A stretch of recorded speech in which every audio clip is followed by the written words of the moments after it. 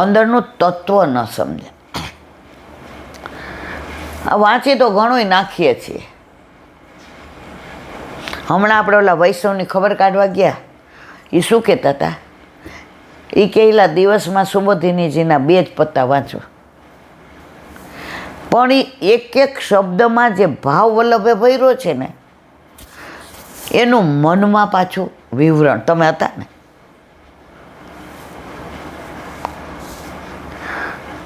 એ કે ધારું તો 100 પત્તા વાંચી નાખું, પણ મારે એલા વાંચી નથી નાખવું, રાખવું છે. તો કાંઈ પણ થોડું વાંચીએ, પણ અંદર વિવરણ થાય ને તો તમને જો વલ્લભે કેમ કીધું, નિવેદનમ તુ સ્મર્તવ્યમ સર્વથા તાદ્રસય જન. બધા હારે મળીને વાંચતા હોય ને તો કોઈ કે કાંઈ કીધું હોય, વળી એના અનુસંધાનમાં બીજો પ્રસંગ આવે, વળી કોઈના જીવનમાં કાંઈ એવું બન્યું હોય, તો એ વાર્તા તમે ભૂલો જ નહીં. તમને એમ થાય, હા આને આ કીધું હતું, આને આ કીધું હતું. પછી વાર્તા તમારે બીજી વાર વાંચો એટલે તમારે મગજ હા હા હા. દામોદર સંભલવાલા ઓલું તાંબાનું પતરું મળ્યું હતું ને, વલ્લભે મંગાવ્યું ને, કેવી રીતે સરણે આવ્યા ને, પછી તમારે મોઢા થઈ જાય. પણ ખાલી ફક્ત વાંચી નાખો એટલે એ નાખી દઈએ, પછી રાખીએ નહીં. પુષ્ટિ માર્ગમાં શ્રી ઠાકોરજીની જીવનો સ્વભાવ જેવો હોય તે રીતે અંગીકાર કરે છે. પ્રભુ દયાળુ ભક્ત વત્સલ છે. જેવી રીતે બની આવે તે રીતે વૈષ્ણવે ભગવત સેવા કરવી, સેવાથી વિમુખ ન રહેવું. ઇતિ શ્રી મધુરાધિપતે અખિલમ મધુરમ. બોલો વલ્લભાધીશ.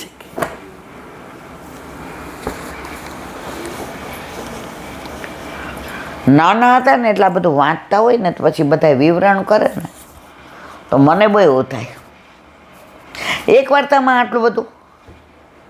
પણ એ બધું જ્યારે સમજાયું ત્યારે એમ થયું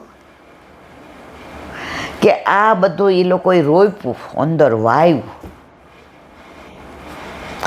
આપણે ખેતરમાં વાવવું હોય, અવાવરા ખેતરમાં નાખી દો, દાણા લ્યો, એને ખેડો, એનું નિંદામણ કરો, પછી એ દાણા લ્યો, એને વાવો,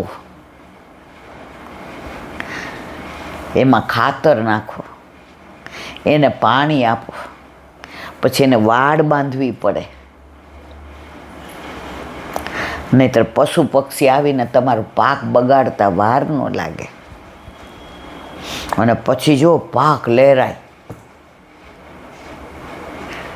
એ જ વસ્તુ તમે એમના દાણા નાખી દીધા હોય, ફેંકી દીધા હોય, નો થાય મારા વાલા.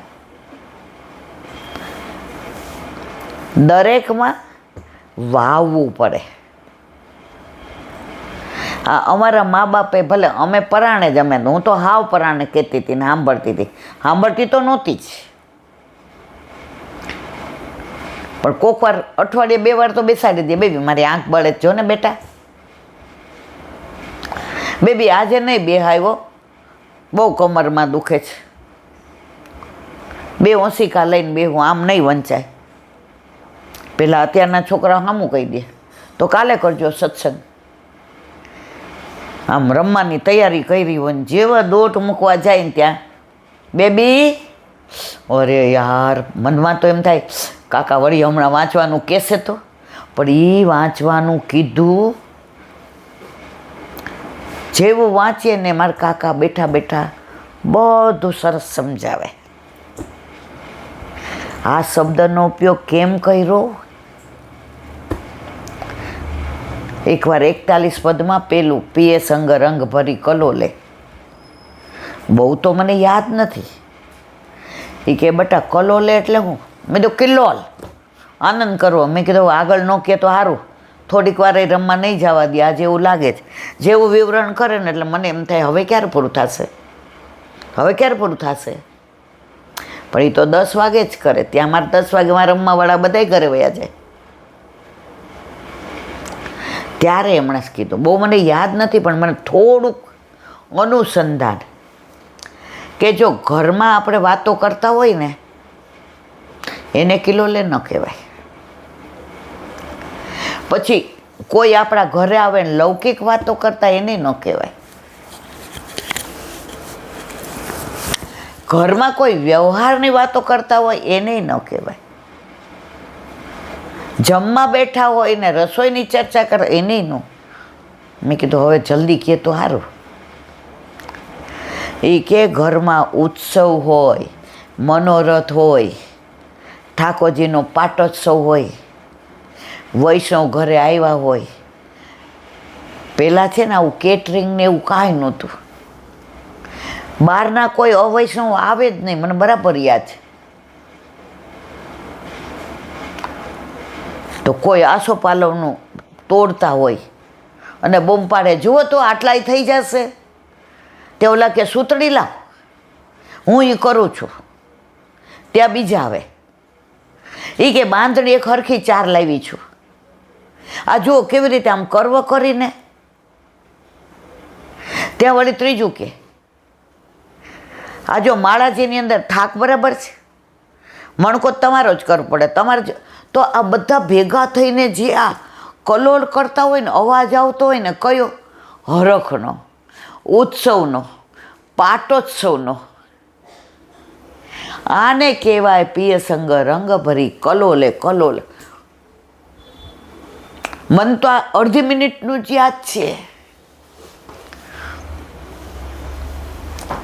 એમાં તો એ 10 વાગ્યા સુધી સત્સંગ ચાલે. આ બધું નાનપણમાં ન ગમતું હોવા છતાંય, રમતમાં જીવ હોવા છતાંય વલ્લભને ખબર હતી કે આ બોતડી હમણાં તો સુધરવાની છે નહીં, અલ્લડ છે. પણ ત્યારનું વલ્લભનું વાવેલું નકામું ન ગયું. તો આ સત્સંગ કહેવાય. વાંચી તો ઘરે જાય છે. આ જે આ બધાય કેમ વચનામૃત કરે, ભાગવત કથા સંભળાવે, તો એક એક પ્રસંગમાં કેમ આટલી છણાવટ કરે છે કે તમે એનો મર્મ સમજો, તમે એનું સત્વ સમજો. આ બધું એવું છે ને કે મને એમ થાય કે આ બધું પણ વાવેલું ફલિત થાય છે. દયારામભાઈના ચંદ્રાવલા.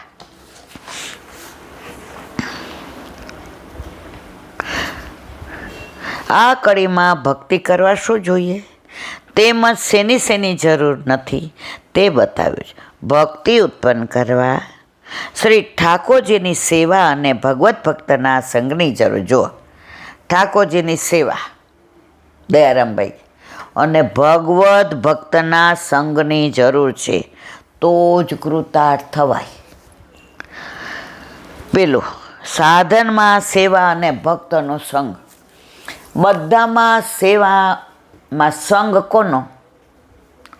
નિવેદનમ તો સ્મર્તવ્યમ સર્વથા તાદરસૈ જને.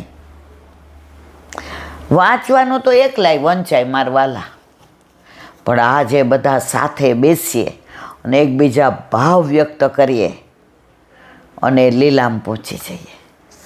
બીજું, આ ઉપરાંત કોઈ વસ્તુની જરૂર નથી, જેમ કે વય, ઉંમર, વિદ્યા, પૈસો, વર્ણ, કોઈ પણ જાતિ કરી એમાં રસખાન પઠાણી હોય ને, અલીખાન પઠાણી હોય ને, પીરજાદી હોય ને, મોહન ભંગી હોય, બધાય હોય, વેશ્યાય હોય.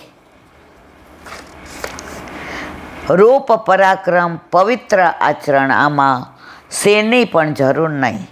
કોઈ કહે ગડપણમાં ગોવિંદ ગાશું, તો અત્રે ઉંમર ગમે તેટલી હોય તેની ગણતરી જ નથી. પહેલાં હું અહીંયા હવેલીએ જતી તો ત્યાં એક અમારા બા હતા, ત્યારે હું 40ની હતી. તો મને કહેલા બેન માં ઠાકોરજી પુષ્ટ કરાવે છે. મેં કેટલા વર્ષ છે? મને કે 72. મેં તું કરાવો. બધા કે આ એક પગ સ્મશાનમાં ને એક. મેં તો એને પધરાવા જ, ભલે ને ઠાકોરજી કાંઈ ઉંમર નથી જોતા. એણે ઠાકોરજી પધરાવ્યા, અત્યારે 92 વર્ષના છે. ભલે પહેલાં કરતા હતા એટલું નથી કરતા. દૂધ મિશ્રીને ફ્રૂટ ધરે, જેની આજ્ઞા લીધી કે હવે 20 વર્ષ પ્રભુમય રહ્યા ને,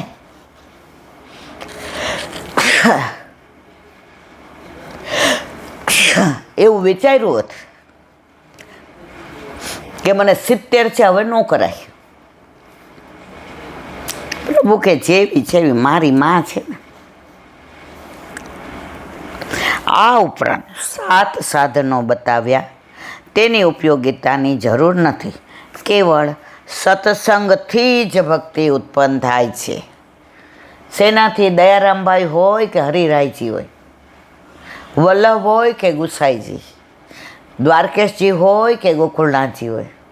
સત્સંગ, સત્સંગ ને સત્સંગ. ભક્તિ સત્સંગથી જ ઉત્પન્ન થાય. ભક્તિ સર્વ રીતે કલ્યાણકારી છે.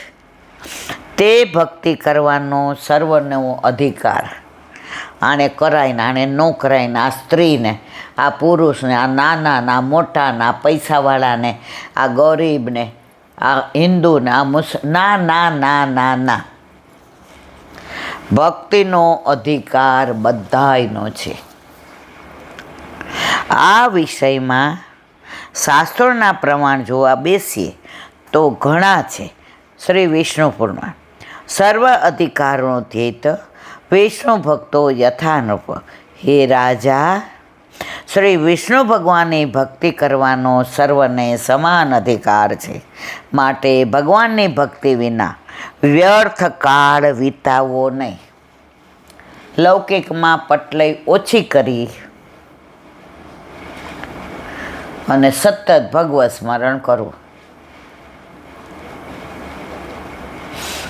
ઘણાય તો આપણે સત્સંગ કરીએ પછી આપણા ઉપર વિવરણ કરે કે એમ આમ કર્યું, કે એમ તેમ કર્યું. મને આનંદ આવે. અરે તમને ત્યાં સુધીનું કહું, આપણે કહીએ ને अपने माथे બિરાજતા સેવ્ય સ્વરૂપ કી જે, એટલે બધાય મૂકે. એક બે જણને એ ન ગમતું હોય કે આવું છે નું, એટલે એ આમ બેસે.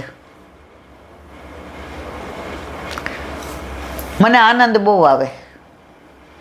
तुलसी संसार में भात भात के लोग सबसे हिल मिले चाहिए, नदिया नाव समझो. अपि ये दुराचारो भजते मामन के भाग साधु रव सगंतव्य सम्यक व्यवस्था हिस. કોઈ દુરાચારી હોય તો પણ જો મારી અનન્યતાથી સેવા ભક્તિ કરે તો તેને સાધુ જાણો. ગુલાબદાસમાંથી ગુલાબ ખાન થઈ ગયો ગુસાઈજી સેવક. આ વાર્તા બધાય જાણે છે. તો એ ગુસાઈજીએ છોડ્યો. એકવાર જેનો હાથ વલ્લભે ગોવર્ધનનાથજીના હાથમાં સોંપ્યો, એને ક્યારેય પ્રભુ છોડવાના. આપણને છોડ્યા, મારા જેવા તો જેવા લગ્ન થયા એટલે હું ને મારો પૈસો ને મારા છોકરા ને મારો વર ને મારું ઘર લે કર.